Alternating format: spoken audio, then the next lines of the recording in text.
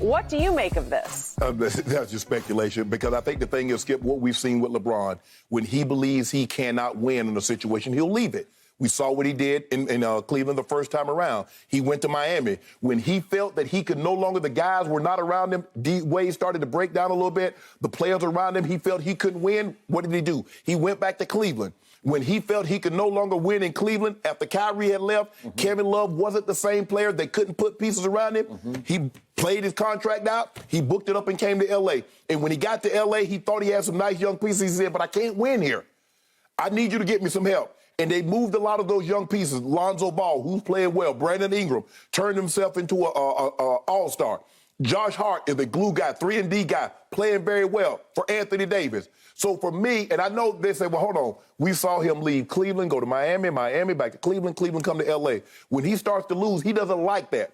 But this is where LeBron wants to be. Everything that LeBron wants to try to accomplish off the court is based right here. I don't see a scenario, especially right now, Skip, even after next year. I think the only way LeBron, if he had multiple years left on his contract and his son, Bronny, were to go and someone else drafts him, I can see it being a Ken Griffey Sr., Ken Griffey Jr. situation where he says, I want to play with my son for a year. Yep.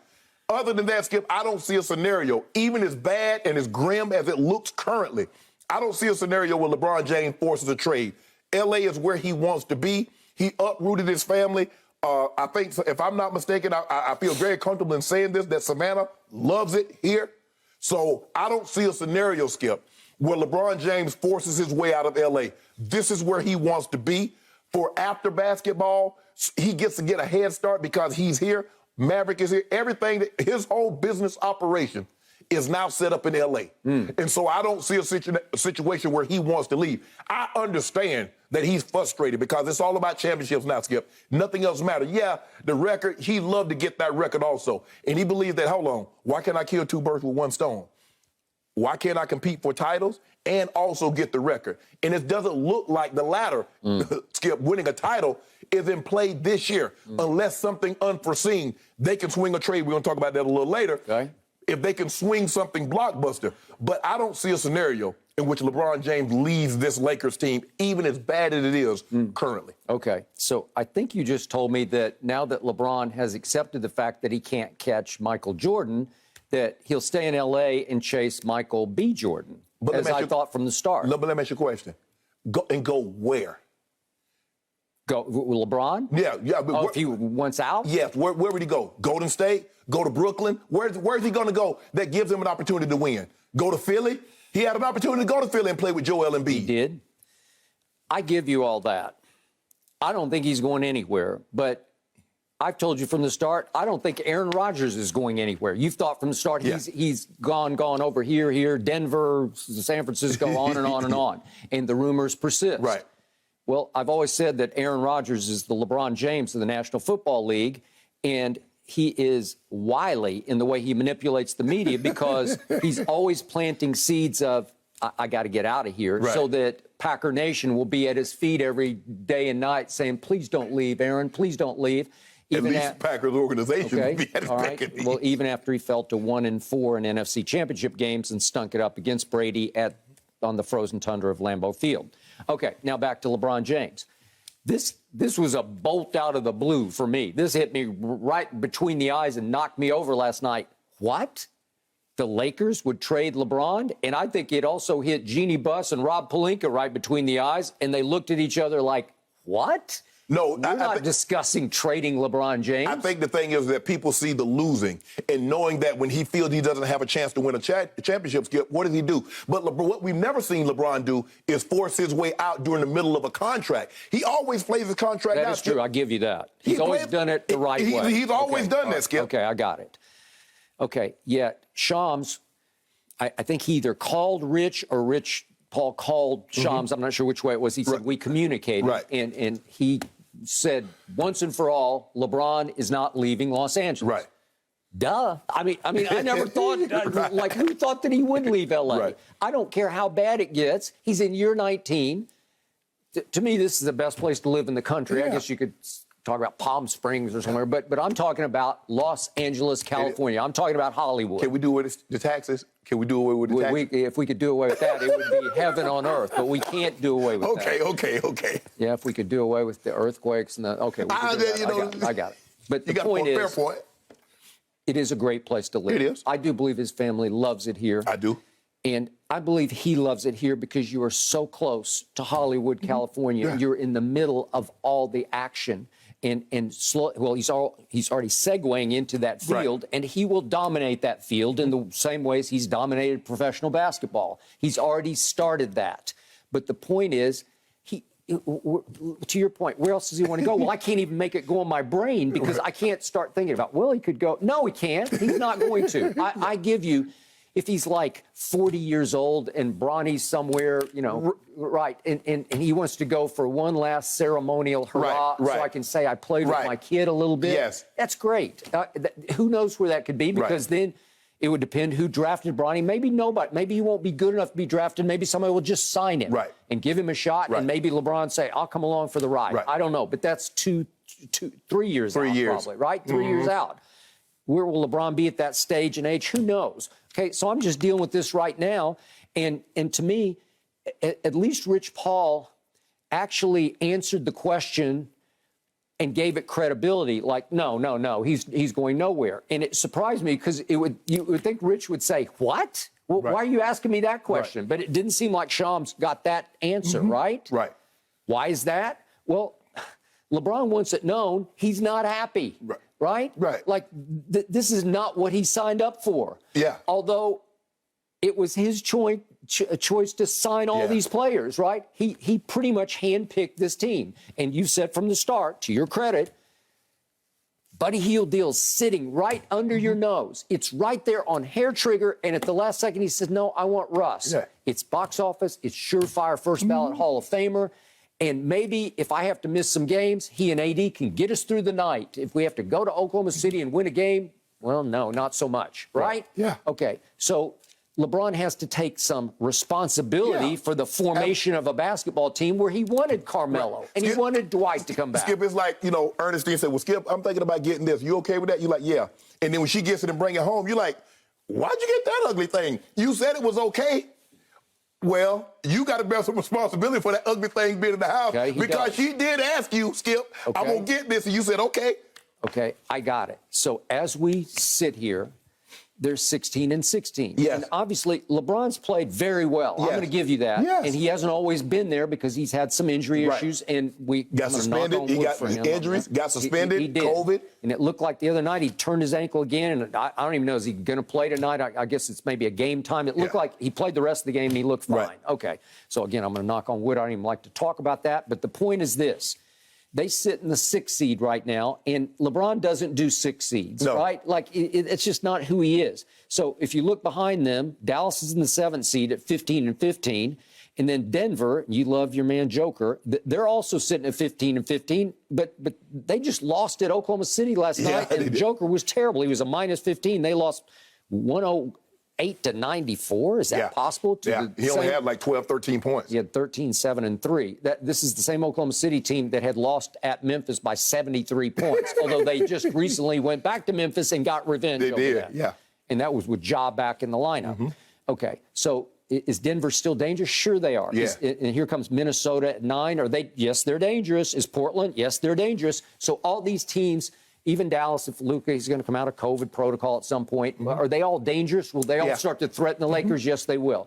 The Lakers now rank 25th in offensive efficiency. So it's just like the other night was a microcosm where LeBron was really good on offense, and they scored 90 points. They scored 38 total points in the second half. They rank 25th overall in offensive efficiency. That's a LeBron James team? That's ridiculous. And what makes it even worse, Skip, they're worse than that in turnover-wise, and they're probably worse than, if not as bad, defensively. Okay. So you got a team that can't score. You got a team that can't stop anybody from scoring. And by the way, they are second in the NBA in turnovers, mostly because of Westbrook. So you bad defensively, Skip. You bad offensively. You know, they've actually risen up to 8th in overall defensive efficiency. How? I don't know, but they are 8th as we speak. But last year, they were 1st. Right. I'm thinking, where did all that go? I don't get it. You know, you signed older players. Russ is not going to give you much on defense. He'll give you a little here and there, but not that much. I thought Dwight would help, but Dwight didn't play that much. Yeah. Okay? And Avery Bradley is a really good perimeter defender. Well, he's been in and out of the lineup, and he hasn't had that much overall impact. But 8th is not horrible. You can sort of live with the 8th. I'm trying to figure out how they got to 8th. Okay, well, here's what you can't live with. They're 15th in three-point shooting, 34.9, which is exactly what LeBron is shooting, 34.9, which is pretty much he's a below-average three-point shooter, so that's where he is. Worst of all, they are 3rd worst in the NBA in free throw shooting. You're going to lose games. Yes. I'm sorry, it's not good enough. Yes. And Russ is the primary perpetrator here. Russell Westbrook is horrendous in both three-point shooting and free throw shooting. So it's hard to overcome Russell Westbrook, but that was on you. You wanted him, and you got it. Hey, who? I ain't know you. Ain't no you. Well, I'm talking to LeBron. Okay. Yeah, they, not me. You did not want him, okay? So in the end, if he's fed up with this, he's culpable. He's responsible for a lot of it. But you know, again, is Rich Paul trying to help plant some excuses like, well, if you aren't careful, he's going to want out of here? Well, I don't think he's going to want out. And I don't think Jeannie's going to lose any sleep over LeBron demanding a trade because it's a stage and an age of his life when he's not in position to do that. And plus, Skip, I think the thing is that LeBron is being the player that he is. He can just go to Jeannie. Okay. I cut the middleman out. Yeah, Rich normally handles that, but if there's something really pressing that I got on my chest, I'll just go to Jeannie. I just pick up the phone and call Jeannie. Jeannie, let's have a meeting. Let's meet at some restaurant back. Hey, I'll sneak in, you sneak in, and we'll meet. Okay, and say I want out? No, just have a conversation on the state of the team. Rob, hey, bring Rob. And say, look, this is where we are. It's not what I thought we were going to be. Yeah, I understand injuries been a part of it, but pre-injuries, this thing was not heading in the right direction. Yeah. So, to me, I've always had the highest regard for what I consider the highest basketball IQ in the game, and it's LeBron James. And yet, this move to want Russ was what I would call Jordan-esque, because Michael, as a GM and a team builder, has not been very good. In fact, he's been horrible until maybe this young man named Ball can maybe turn some of that around. You said LeBron has the highest what? Basketball IQ. Mm-hmm. So if his basketball IQ is what you say it is, he knows what this team isn't. Okay. Championship caliber contender. But he did sit there after the game the other night and say, well, you got to give it some time because we haven't been together enough. Okay, what's he supposed to say? We suck? He's capable of saying that. No, leave that to us. Okay. We say that for him. Well, there's enough people on panels sitting around talking about the late. Skip, you're once upon a time in our first year on this show, I think we were at the Super Bowl in 2016, after that season in Houston, and it was one of those days when LeBron said his Cavaliers were top-heavy as... Well, guess what? Because it was Kyrie and Kevin Love and LeBron at the top, and he was saying, I ain't got nothing below that. He can't even say that now. Okay. Because he ain't got nothing but him. There's no top heavy. Yeah, they're not top heavy or bottom heavy. Exactly. Right? So he can't even say, Skip, he knows. He knows. Okay, well, the problem here is when they do get Kendrick Nunn back, that's going to help. And when they do get Austin Reeves out of COVID, that will help. And Avery and all those players, they're going to have decent depth at some point. Well, how about this here? Well, tell me what's going to help them shoot better from the three. Tell me what's going to help Russell shoot better from the free throw line and stop turning the ball over. Where is the help coming for that? Where are they going to defend at the highest level? Yeah. They're not. So what LeBron is having to realize, and he knows it quicker than anybody, is, okay, can we maybe get to the 5 or the 4 seed? Maybe. Yeah. Maybe you can. But he's looking at top heavy as you know what is at the top of the West. Yeah. The Phoenix and Golden State are clear cut. It's them two and nobody else is close, Skip. And Utah's in the mix somewhere. Yeah, I'll give you they're not up there with those two. Right. But Utah is serious business to me because they look better than they even looked the last couple of years. Well, they can get hot from 3, Skip. They can shoot you out the building with the 3. They can go make 25 threes at the blink of a hat. Donovan Mitchell can get hot and take a ball game over. Rudy Gobert is playing really, really well. Right. But the Lakers, and that's what, Skip, we saw. They were right in the ball game for a half. They were. They were, 54-52? And then Phoenix stepped on the gas, and it was a mismatch, and you could just see it on the floor, you are overmatched. There's no worse feeling as being a professional. You're right there. Yep. Like, oh yeah, we doing good, and then to see a team hit the gas on you. Damn, we were right there. Okay, so as you said, we're about to talk about it.